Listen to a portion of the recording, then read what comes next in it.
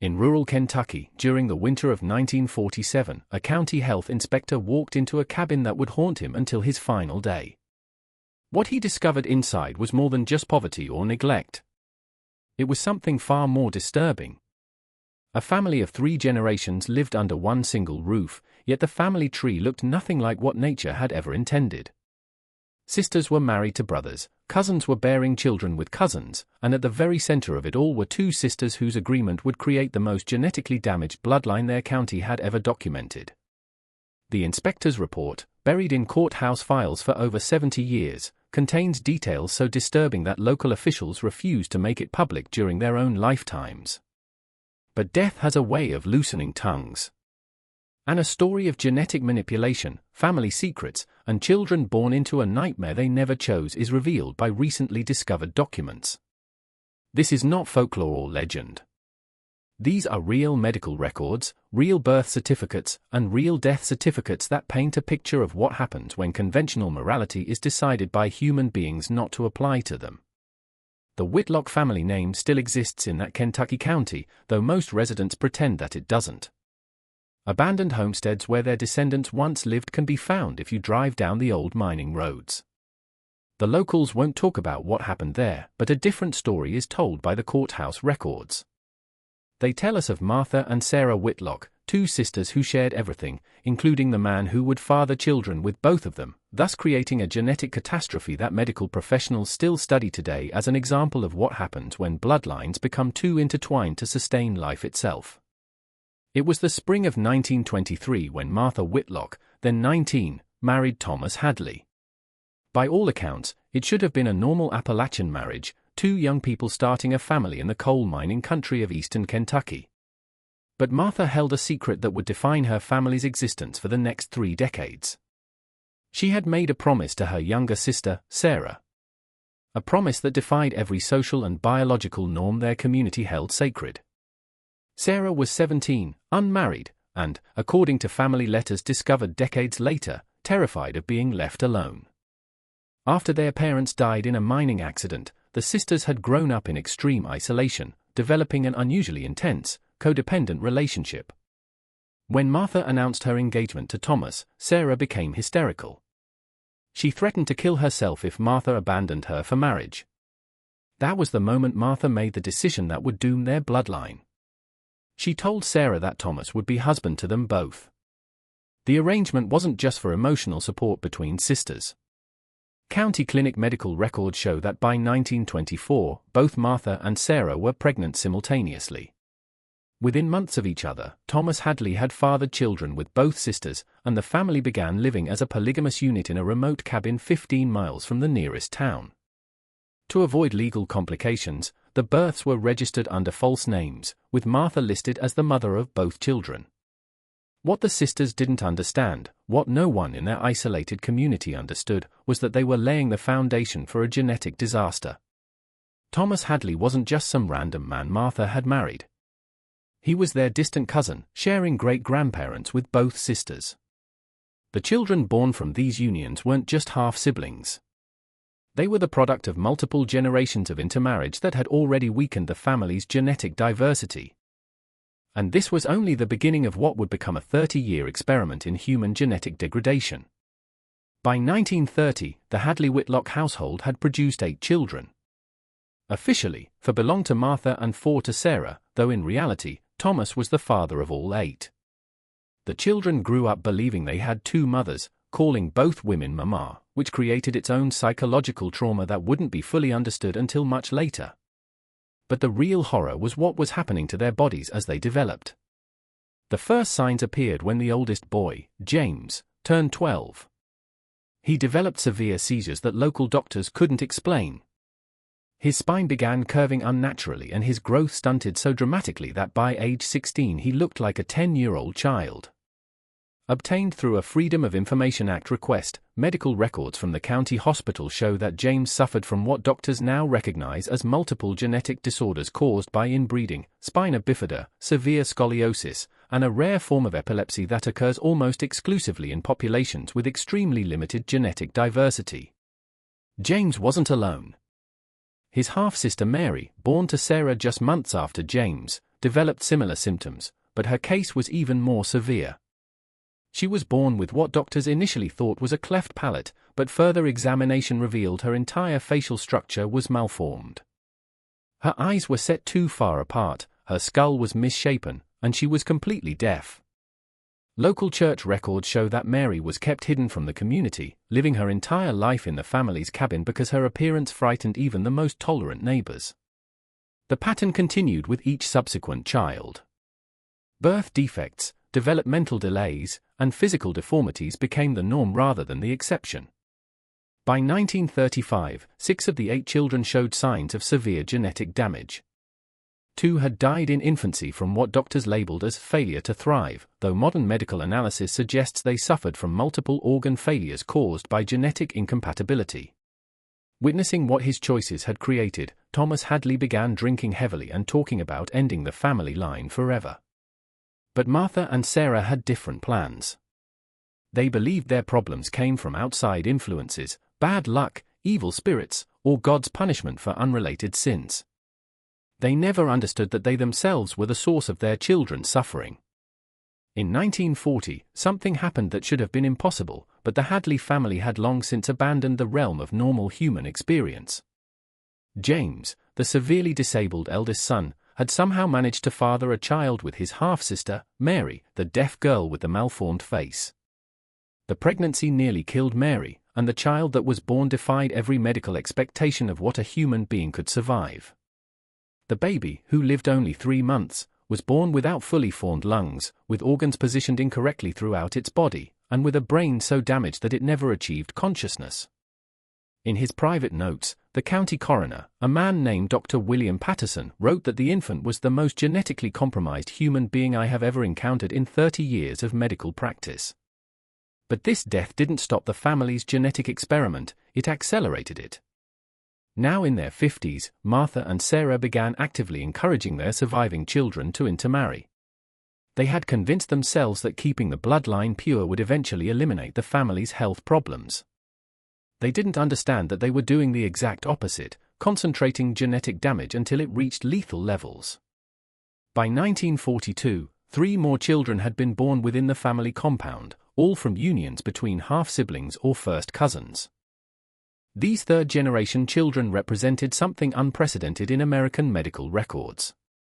They suffered from combinations of genetic disorders that doctors had never seen in a single bloodline: club feet, severe mental retardation, blindness, deafness, and skeletal deformities that left some children unable to walk or even sit upright.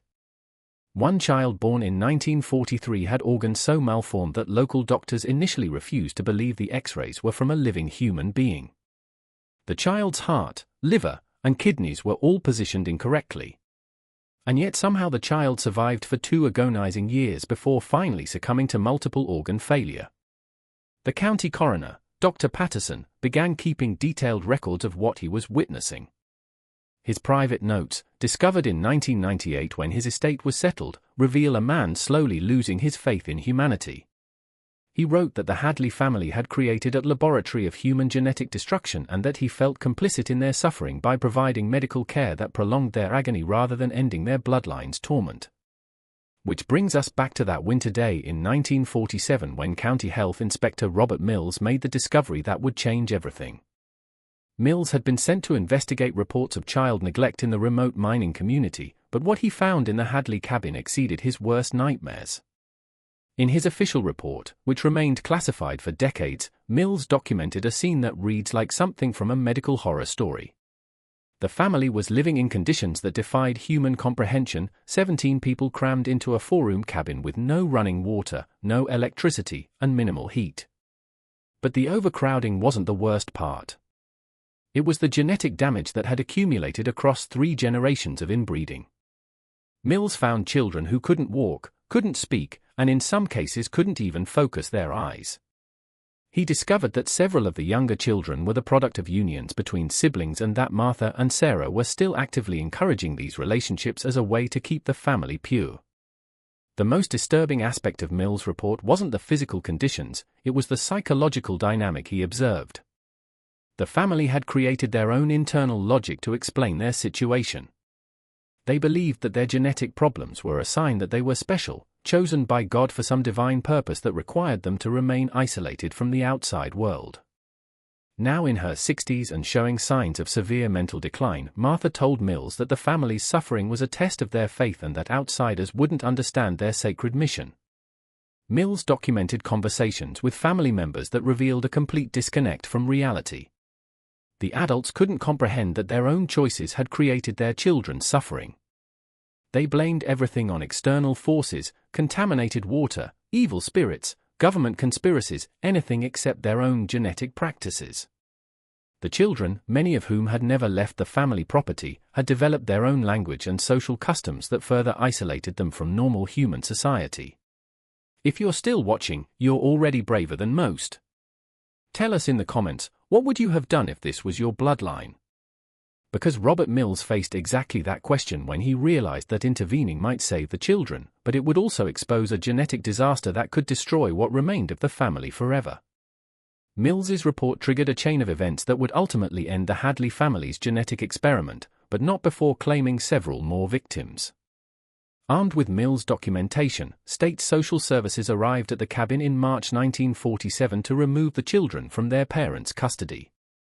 What they found was a family in complete psychological collapse, with Martha and Sarah barricaded inside the cabin with shotguns, screaming that government agents were trying to destroy God's chosen people. The standoff lasted 3 days. During those 3 days, 2 more children died, not from violence, but from medical complications that their severely compromised immune systems couldn't handle under stress.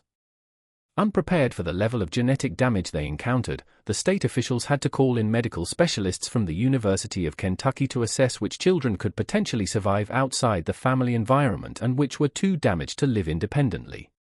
Preserved in state archives, the medical evaluation results paint a picture of human genetic destruction that medical professionals had never documented before. Of the 11 children still alive when the state intervened, only 3 were deemed capable of potential rehabilitation. The others suffered from combinations of intellectual disabilities, physical deformities, and medical conditions that required constant care. Several couldn't speak, walk, or perform basic human functions. One child, estimated to be around 12 years old, had the mental capacity of an infant and the physical development of a 6-year-old. Martha and Sarah were eventually committed to the state mental hospital, where they spent their remaining years insisting that their children's problems were caused by government interference rather than their own genetic practices. Thomas Hadley had died of liver failure in 1945, never knowing that his decision to father children with 2 sisters would create a medical case study that geneticists still reference today. The surviving adults in the family, those capable of independent living, were relocated to different counties and given new identities to help them escape their genetic legacy. But the most haunting aspect of the state's intervention wasn't what they found, it was what they discovered had been planned. Hidden in Martha's belongings, investigators found detailed records of the family's breeding practices, including charts tracking which children should marry which cousins to produce the purest possible offspring. Martha had been planning genetic matches for children who weren't even born yet, extending her experiment into future generations that would have suffered even more severe genetic damage than what Mills had already documented. The Hadley family story didn't end with the state intervention, it haunted everyone who came into contact with their genetic legacy. Dr. Patterson, the county coroner who had documented their medical horrors, never practiced medicine again after 1947. He moved to California and became a carpenter, telling his family that he couldn't bear to look at another human body after what he had witnessed in Kentucky. The health inspector who discovered the family, Robert Mills, suffered from nightmares for the rest of his life and eventually required psychiatric treatment for what we would now recognize as post-traumatic stress disorder. Their own tragic endings were faced by the 3 children who survived and were deemed capable of rehabilitation. 2 died before reaching adulthood, one from complications related to genetic kidney defects, the other from a seizure disorder that doctors couldn't control with available medications. The 3rd child, a girl named Rebecca who had been born with relatively minor physical deformities, lived until 1983. She was placed in foster care, received extensive medical treatment, and eventually learned to read and write. But she never married, never had children, and spent her entire adult life terrified that she would pass on the genetic damage she carried in her DNA. Foundational documents in the study of human genetics and inbreeding depression became the medical records from the Hadley family case. Universities across the country requested copies of the state's files to use in teaching medical students about the dangers of genetic isolation. Collected during the state intervention, the family's DNA contributed to early research on genetic counseling and helped establish protocols for identifying at-risk populations in isolated communities.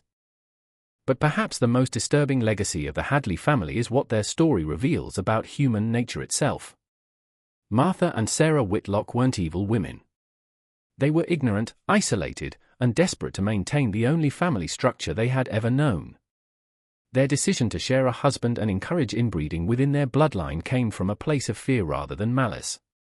They were terrified of being alone, terrified of change, and terrified of losing control over their small world. In trying to preserve their family, they destroyed it more completely than any external force ever could have. Today, the cabin where the Hadley family lived has been reclaimed by the Kentucky wilderness.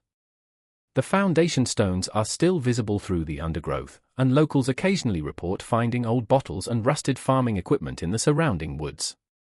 But no one builds there. No one camps there, and no one speaks of what happened on that isolated hillside where two sisters made a pact that condemned 3 generations of children to lives of genetic suffering. Some secrets are too dark to forget and too terrible to remember.